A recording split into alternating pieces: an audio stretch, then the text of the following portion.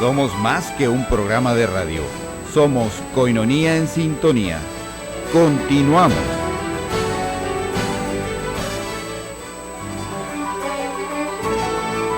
El tema de hoy en Koinonía en Sintonía. Se abre el tema, ponte en sintonía.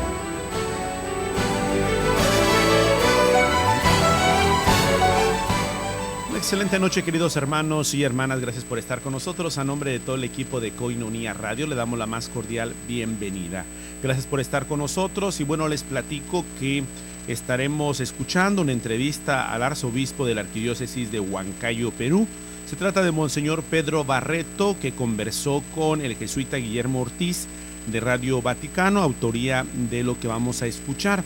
Durante la entrevista en la que se recuerda que la Arquidiócesis peruana de Huancayo cumple 50 años, Monseñor Barreto evoca la quinta conferencia general del CELAM en Aparecida, Brasil, para explicar que la gente ve en el Papa Francisco continuidad. La Iglesia en América Latina, explicó, es una iglesia discípula misionera y en esto calza muy bien con el Papa emérito Benedicto XVI, porque es el Papa el que dio ese discurso programático para la quinta conferencia general en la Aparecida, y ahí dijo algo que nos ayudó mucho. Yo creo que a Benedicto XVI hay que reconocerlo por muchos motivos, pero especialmente por su humildad, una persona tan inteligente y al mismo tiempo sencilla, pero sobre todo platicó sobre el primer aniversario de la encíclica ecológica Laudato Si. Monseñor Barreto, llamado por algunos como el arzobispo ecológico, dijo que es un regalo tan grande esta primera encíclica en la historia de la Iglesia que toma el tema ambiental de una manera científica, de una manera bíblica y de una manera eclesial. Yo los dejo con esta entrevista del jesuita Guillermo Ortiz en autoría de Radio Vaticano. Siga con nosotros aquí, Koinonía en Sintonía. Para Radio Vaticana, en Radio Vaticana, Monseñor Pedro Barreto, de la Arquidiócesis de Huancayo, que me cuenta, Monseñor, que están cumpliendo 50 años. ¿Cómo está, Monseñor? Yo estoy excelente porque he estado en contacto con el Papa Francisco en la celebración de San Pedro y San Pablo. Lo he visto muy sereno, muy tranquilo, como si no pasara nada con él. Y esto es un testimonio para mí muy importante y reconfortador. Como si no pasara nada, en el sentido de físicamente, de trabajo. Exacto, al menos cuando uno ve a una persona que ya se acerca a tener 80 años y que hace 3 días ha estado en Armenia con tanta intensidad de trabajo, que nos ha regalado no solamente el Evangelii Gaudium en noviembre del 2013, sino también la Laudato Si, que prácticamente hemos cumplido un año de la edición, de la publicación. Y cuando estamos viviendo el año de la misericordia, antes se vivió el año de la vida consagrada, es decir, estamos ante un kairos, como se dice exactamente en la parte más profunda. El paso, la irrupción del espíritu en la Iglesia, y un espíritu que de hecho no es algo humano, va mucho más allá. El rostro del Papa Francisco en la fiesta de San Pedro y San Pablo revelaba su conciencia de que él es instrumento de la gracia, es el vicario de Cristo en la tierra. Como decía Santa Catalina de Siena, el dulce Cristo de la tierra. Y creo que esto es para mí muy importante. Hay una posibilidad de estar más allá de tantos problemas y tantas dificultades. Habló él del tema del miedo. Ciertamente el mal parece que avanza, parece que domina, no se encierra. También el egoísmo no se encierra, pero con el tema del miedo y con tantos problemas, con tantas dificultades en el mundo, ¿por qué no decir también en la Iglesia? Sin embargo, él dijo que la salida es la oración. En muchas cosas que dice Francisco, me da la impresión de que él las dice después de haberlas experimentado, después de haberlos vivido. Son un verdadero testimonio sus palabras. Pienso que lo ayuda mucho ser un hombre de una fe tan grande y de muchísima oración.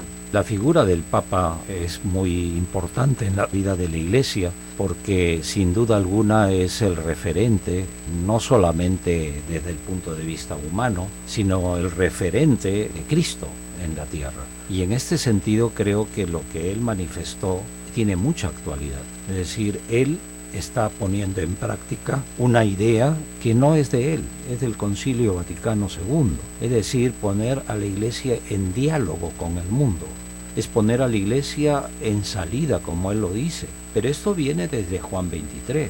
Por eso cuando uno celebra con el Papa el día 29 de junio, está pensando pues en toda la sucesión de papas que en realidad lo que han hecho es dialogar con el mundo.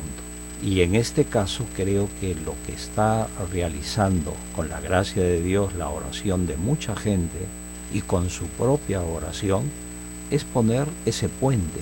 Eso significa el ser pontífice, ¿no? Ser un puente entre la Iglesia y el mundo. Y en esto estamos, creo que todos muy cercanos y con mucho apoyo a esta visión, este camino que nos traza Francisco. Otra fuente de paz, me parece que es esto. Usted se refirió al tema de la Iglesia en salida, todo esto del concilio. Me parece que otra clave de fuente de paz de Francisco es esto. Él incluso, porque obviamente que lo atacan, obviamente que dicen cosas en contra o ponen en cuestión su magisterio, por ejemplo, no solamente sus hechos. Pero él, al inicio sobre todo, y sigue hablando, nos habló mucho de salir de la autorreferencialidad. Cuando uno, por ejemplo, en los casos en los que se ataca al Papa, él no lo ve como una cosa contra él. Precisamente ahí aparecen los predecesores, el concilio, el catecismo de la Iglesia Católica.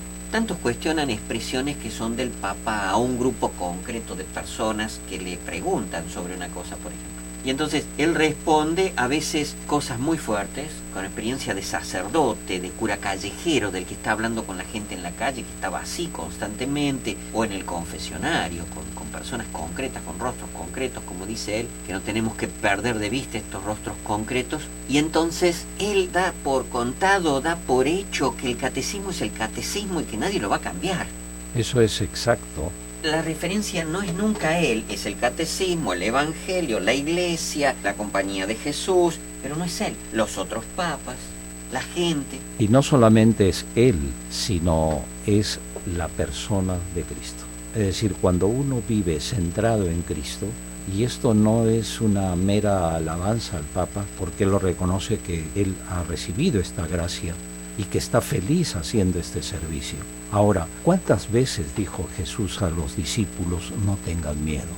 Constantemente le dijo Jesús, no tengan miedo, yo estoy con ustedes, la verdad los hará libres. Y esto es lo que está viviendo. Por eso la gente está entusiasmada porque ven en el Papa, primero, continuidad, no inicio, continuidad de algo que el Espíritu Santo ha ido trabajando en la Iglesia, especialmente yo diría el trabajo que se ha hecho en América Latina, y por algo es el primer Papa latinoamericano como expresión de una Iglesia martirial, una Iglesia que ha estado buscando, tal vez a tientas, con debilidades, con fortalezas, cuál es la voluntad de Dios para la Iglesia en América Latina, y ahora vemos que la América Latina está aportando en la persona de Francisco y también, sobre todo, en este resumen, este compendio que es el documento de Aparecida, que precisamente el cardenal Bergoglio, el Papa Francisco, tuvo a bien no solamente la redacción, porque ha habido ayuda, pero sí la intuición por dónde debía ir la Iglesia. Es una Iglesia discípula misionera, y en esto calza muy bien con el Papa Benedicto XVI, porque es el Papa Benedicto XVI el que dio ese discurso programático para la quinta conferencia general en Aparecida. Entonces, por eso digo, la Iglesia en América Latina ha tenido el privilegio de tener ahí, en el inicio de esta quinta conferencia, al Papa Benedicto XVI. Y ahí dijo algo que nos ayudó mucho. Yo creo que Benedicto XVI hay que reconocerlo por muchos motivos, pero especialmente por su humildad. Una persona tan inteligente y al mismo tiempo tan sencilla. Volviendo al tema del Papa Benedicto en Aparecida, él dijo algo que nos ayudó muchísimo. para la tranquilidad de la mayoría y la preocupación de unos pocos, cuando dijo que la opción preferencial por los pobres está implícita en la fe cristológica. Arrancó un aplauso, no por las ideas, sino por la sencillez y profundidad de la opción de Cristo evangélica por los más pobres, que él siendo rico se hizo pobre. Esto ayudó muchísimo para el diálogo en la asamblea y lógicamente el documento de Aparecida, y ahí tenemos que agradecer al Papa Francisco, que fue muy fiel a los aportes que las diversas conferencias episcopales y todos los obispos que estábamos ahí pudimos aportar. Pero hay algo que es muy importante de la humildad del Papa Francisco, y es que él lo que hace, lo dice. Primero lo hace y después lo dice. Si habla de la oración, él lo primero hace. Si habla de cercanía a los pobres, él lo hace. ¿Quién no se olvida el hecho de ir a Lampedusa? Nadie conocía a Lampedusa, esta isla donde mueren miles y miles de migrantes. Él fue ahí, y al poco tiempo. Y yo creo que también es importante, y estamos a un año de la Laudato Si, este regalo tan grande de esta primera encíclica en la historia de la Iglesia que toma el tema ambiental de una manera científica, de una manera bíblica y de una manera eclesial. Usted, monseñor, tiene mucha experiencia en una zona de Perú, como el lugar donde usted está, con problemas que hacen ver directamente que el maltrato de la tierra, el maltrato de la creación, está directamente relacionado con la pobreza y hasta con el asesinato de las personas, con la muerte de las personas, que contaminan. Coinonía en sintonía. Vamos a una pausa y regresamos.